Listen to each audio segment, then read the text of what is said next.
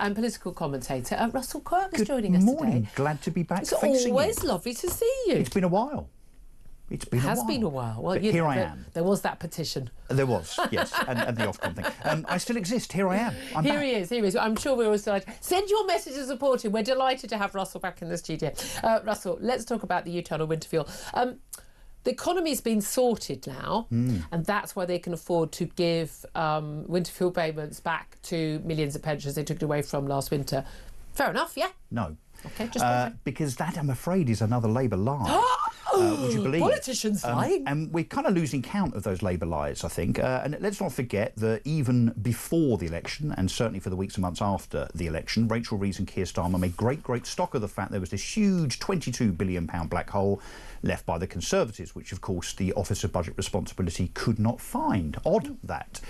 They looked. They looked, can't find it. Rachel Reeves is still referring to it. I think in her speech yesterday she mentioned it about 11 times. And despite that apparent black hole, she has now gone ahead and made it even more gaping, I suppose, logically, by rescinding this humiliating U-turn on the winter fuel allowance, but not least the fact that, of course, this Labour government are spending and spending and spending. They have interesting priorities, don't they? Now, I think there's a perfectly good argument for, high-earning pensioners with loads and loads of savings not to be getting 300 quid from other hard-working taxpayers who are struggling to pay their bills for childcare, put food on the table, put fuel in the car, to get to pay their heating bills. I think that's a perfectly reasonable argument. Yep. And for years I've been saying I don't think the winter fuel payment should be a one-off £300 payment. Here you are, beneficence of the Chancellor. Here you are, your £300 to pay your heating bill. I think it's humiliating. I think it's demeaning. It should be part of the pension. We have one of the lowest state pensions in the world. Now, there's lots of different in Europe, so there are different reasons for that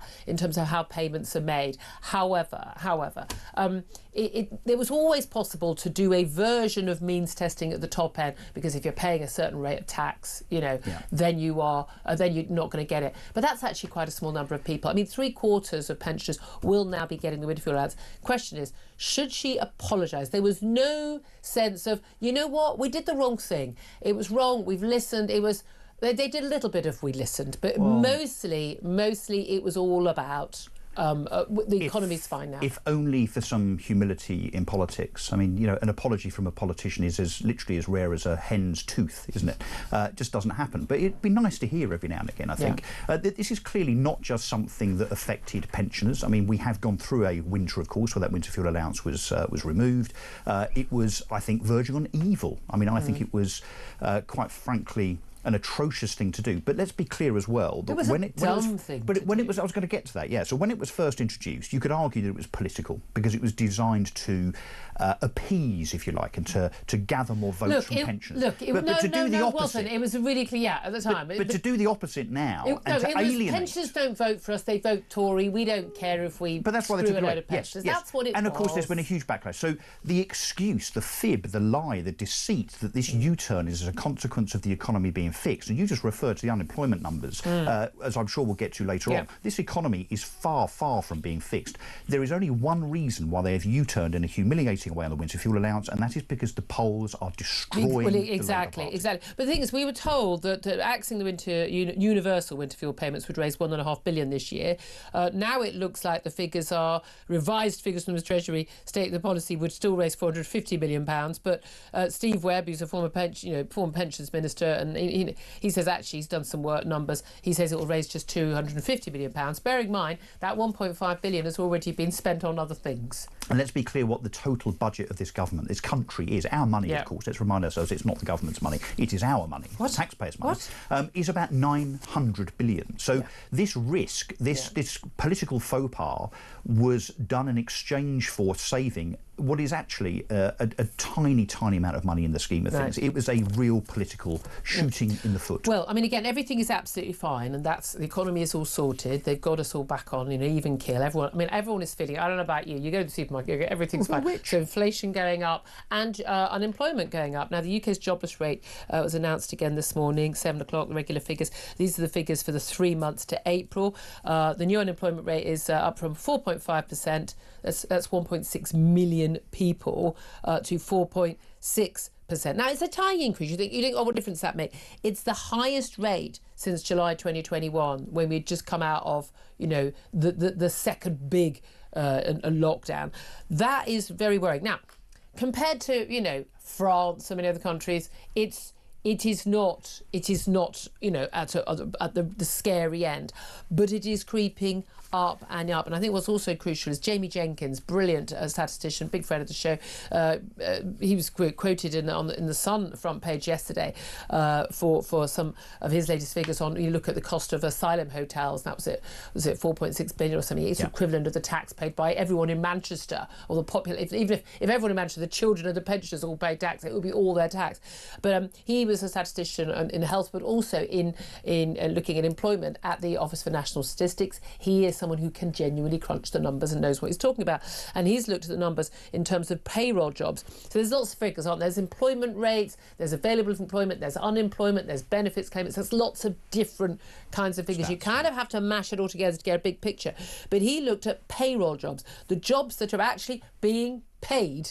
Staff jobs, payroll jobs, they have dropped by 109,000 in the month of May. It's the biggest monthly fall since lockdowns. That's 274,000 fewer jobs than a year ago. And it really does look like it's part of the economy, it's confidence, it's also the national insurance hikes, minimum wage hikes as well. And I certainly know a friend of mine who runs a small business was saying normally, and in the IT world, and he was saying that normally, when you're trying to, in recent years, you're trying to hire people have got other jobs. It's basically been an employee market. Yep. And now it's an employer's market. And it's really noticeable that when people are applying for jobs, they're not coming from another company and wanting a step up. They haven't had a job since last year. But that's quite telling. This is what happens when ideology clashes with reality. The ideology of persecuting businesses by way of Rachel Reeves' £20 billion jobs tax back in the budget last year. And the consequence of that, as we are now seeing in real life, is that, guess what? Employers decide that if they're going to be taxed more, they simply won't invest in people and their businesses as much. Who knew? I mean, who knew that would happen? It's an obvious consequence. Literally everybody, and everyone warned them, but they did it anyway. Reeves, yes. And the left, the Labour front bench now will be saying, look, this is just a blip. If you look at the last 2 or 3 months' worth of unemployment figures, this is now a trend. This is now a direction of travel. Let us also not forget the Labour Party, Labour governments have never, ever left unemployment lower at the end of their office. Not once. Not once, absolutely. Labour isn't working, remember that? Listen, I'm just going to bring you some breaking news. We'll try and get some more details on this. So reports of an attack at a school in Austria, and reports claiming that 7 people, possibly including children, have been killed.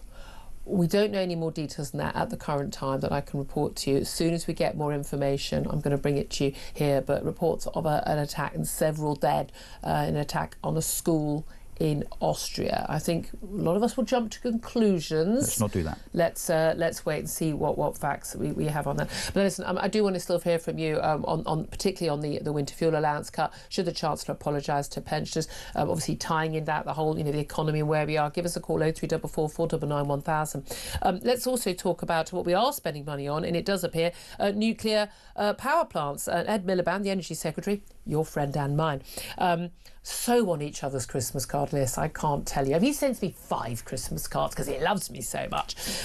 But today he's committing £14.2 billion to building 2 giant reactors at Sizewell in Suffolk. They are capable of producing electricity for 6 million homes. Even if the sun isn't shining and the wind isn't blowing, it's almost like they're quite reliable, these nuclear power plants. Now, I applaud this. This is a good thing.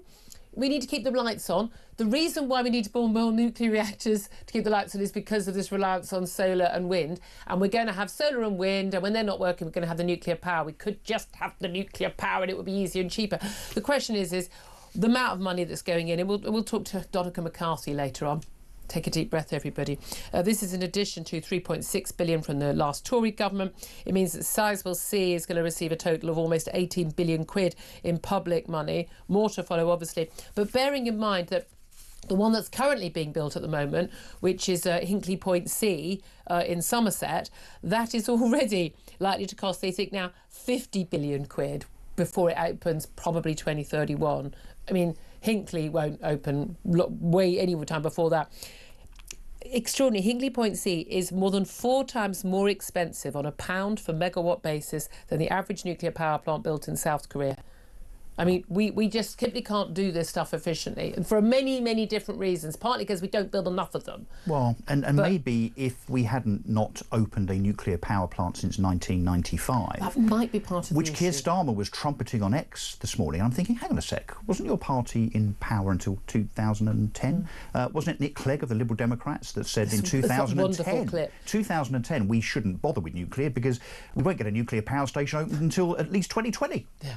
Wow. 2022, I think he was saying, but he was laughing. Like, of course you don't. That's not going to solve our energy problem. And this is a problem. The basic problem we've got is we don't have a lot of manufacturing expertise anymore. We, instead of just taking the expertise from another country like France or South Korea, great, you're building loads of these. Can you come over and do it here? And we get the Chinese involved briefly for some reason. What the hell was anyone thinking there? I mean, that's properly insane. They chop and change the different policies all the time. But also we are abjectly terrible at long-term planning. Yeah. And if you want to do energy, you need long-term planning. And you know why? It's because I'm afraid politicians, as we all know, have a very, very short shelf life, particularly those on the front bench. Yep. And I suspect it's because they only want to announce things, particularly with public money, that they themselves will get the credit benefit from. But again, they don't. But again, I also hold the civil servants to blame for this. I mean, I tell you who's been doing the rounds a lot lately. Simon Case. He's on all the Sunday morning shows, the former cabinet secretary, the one who just sat there while everyone was having parties in the middle of lockdown. But apparently he didn't do anything wrong. He was unable to do his job or appear at the COVID inquiry, but apparently completely able to do telly now, so it's obviously fine. And again, these civil servants, they should be sitting there with cabinet ministers, with the Prime Minister, with the Chancellor, and saying, seriously, you need to do this because we won't have any energy and the lights are going to go out in 2029 if you don't. And they don't do that. So is it a rare moment of applause for Ed Miliband? Bearing in mind that this is not new news. I mean, of course, the previous government said that Sizewell obviously needed to be rebuilt and expanded and so on. But the question is, it's £14 billion. Hang on, let's go back to that black hole again. Where's the 14 billion coming from? Exactly. Well, also, here's another area where we don't do long-term planning and where we have to spend an awful lot of money, and that is defence. The NATO chief, NATO Secretary General Mark Rutte, he was in the UK yesterday. He was giving a speech at Chatham House, a meeting with the PM, but this is the starkest warning ever. He said he was really impressed by the Prime Minister's strategic defence review unveiled last week, which doesn't even come close to hitting even, I mean, the 2.5% of the GDP is going to be, is tentative in the next few years. 3% is just an ambition, and that would be not for basically another 10 years. Way below the 5% that NATO is calling for and America is calling for. But he said, very, very stark, British people better learn to speak Russian if we don't massively ramp up defence spending. That is the reality, isn't it? No, I think that's an absolute load of old nonsense. I think this spectre of Russia invading Britain is another COVID. Russia isn't going to invade Britain. No, that's not what they're talking about. It's another COVID. It's another climate change. Don't we think really think that? Yeah, I do. I think the governments love to put us in a state of fear because that means they can control us and they can tax us more. I agree with you on that. However, they also don't want to have to spend a load of money on defence rather than spending on Julia, the nurses and stuff that they get the cred for. Shock horror. The Secretary General of NATO wants more money to be spent on his. The Secretary General of NATO probably is privy to an awful lot of information. Look, we have seen in recent months there is clear, even with Keir Starmer, who we expected to perhaps be a little bit softer than the Tories on the issue of Ukraine and dealing with Russia. Not so. Not so. And I think that's telling you. I think they are seeing an awful lot of what's going on. I mean, but is the Polish government ramping this up, or the Baltic states ramping this up, or is Finland ramping this up? Because they're all expressing the same concerns. Maybe the big consideration should be if we don't all ramp up, then the United States might leave NATO. I mean, Trump has threatened to do that because he said, "I'm not going to keep propping you guys up." Why should he? Why should America keep propping us up? Of course not. Exactly. So we need to do. Well, why should taxpayers in America be funding our defence? Do you think we shouldn't be defending Ukraine? Do I think we shouldn't be defending Ukraine? Do you think we shouldn't help Ukraine? I think that there should be more accountability to the money trail, frankly. Always. The billions, well, there isn't. Always. There's no transparency whatsoever. A huge amount of corruption in war. And I also think that whether it's but that's not the question I asked Boris Johnson or Keir Starmer, I think they are grandstanding over Ukraine. Prime Ministers like to do that. They love it. That wasn't the question I asked you. Yeah, I think we should, but then I think that Ukraine we should be funding Ukraine and helping their military efforts. But I think the way to do it is simply for Ukraine to enter NATO. But Turkey and others wouldn't let Ukraine. Because then the problem goes away. No, actually, I think under the rules of NATO, you actually can't join if you're in a conflict. Yeah, OK, well, they should have So joined. okay, I think they should have been allowed to NATO in advance. Other people would say Russia would say that was provocation. But we should be helping them. If we're going to help them, we can't even help ourselves. We don't even have an army or sufficient Well, we can't even protect resources. our own borders. We can't protect, exactly, a point I've made a million times. But do you not think, therefore, we need to ramp up our own defences so we can help our allies, which is which we have signed up to under NATO treaty? I'm not suggesting that we shouldn't increase defence spending. I think it's appalling that we have spent less and less and less in real terms over the last 20 years. What my concern is when you've got people like the Secretary-General of NATO almost threatening the public by saying you're going to be speaking Russian in 10 years if we don't spend more money on my train set. That's what I object to. I'm not. I mean, I do understand that, but it is a fair point that, I mean, you know, again, we're as some very, very senior military figures in Britain have been pointing out, you know, we are in a sort of appeasement territory, 1937 right now. In terms of appeasement territory, what do you make of these Foreign Office staff who've done one of those ghastly, pompous... Well, I mean, we were students and people listened to us then, and now we work at the Foreign Office and we're civil servants. We're going to write to the government and say we're terribly unhappy with the policy we've got on Gaza. I don't know why they are, because it's basically Hamas appeasement quite a lot of the time. And that we're unhappy about it, and we want we disagree over Gaza policy. They're accusing the government of potential complicity in Israel's conduct in Gaza. There's a staff letter seen by the BBC. They probably wrote it, the BBC. And it's been sent to the Foreign Secretary David Lammy last month. Interestingly, the response came back from the two most senior civil servants at the Foreign Office, Ollie Robbins, boo, hiss, Nick Dyer. But they basically said, look, if you disagree, your ultimate recourse is to resign. This is an honourable course. Brilliant. Yeah, resign. Seriously, guys. Just do that. And can we extend that to Border Force and the Home Office as well? And David Lammy. And David Lammy. All of the civil servants that have blocked successive attempts to try and control our borders. We know that comes down to a lot of the civil servants' activism. I think they should reread their employment contracts, Julia, because the word civil servant has the word servant in it. It's really that simple. Yes. No one do as you're told. You're working in government. Literally, no one asks you. Their argument is always it's illegal. Again, they've got this. You know, you're only operating under British law. Do as you're told, or try and work in the private sector and see how you get on. Yeah, good luck with that. Let's just also finally, just in this section, let's talk about Greta Thunberg and her little freedom flotilla. And their help for the huge amount of aid they were able to take with their aid flotilla symbolic amount of aid. Symbolic amount of aid they took on their little boat to Gaza. They didn't get to Gaza. They were intercepted by the Israelis, given some sandwiches and water. They were very happy about it. Israeli officials said they were going to make them watch that video, the 45-minute video, was shown to many journalists, compiled of basically Hamas footage of things of the reality of what actually happened on October the 7th. Since these are the many people like my guest yesterday, Yvonne Ridley, and others who basically it's equivalent to Holocaust denial. They can't deny it happened. No, it's been overhyped, these phrases like that. They refused to watch the video. They have been taken to the airport. They are being deported. I thought it was very interesting that Greta made an appeal to the Swedish people and the Swedish government and asked for pressure to be put on. The Swedish government went, nah. Your problem, not ours. Well, and actually, love. Even further, I think one of the ministers in Sweden said, actually, because of your actions, you have now clogged up the phone lines of government and embassies, stopping genuine people that do need help from getting through to the support that they need. So well done, Greta. It's all about Greta. Can I just suggest that we employ the Israelis to help us with our border problems? Oh, yes. I mean... Problem solved. Absolutely. Give them the 500 million a year, not the French. Absolutely.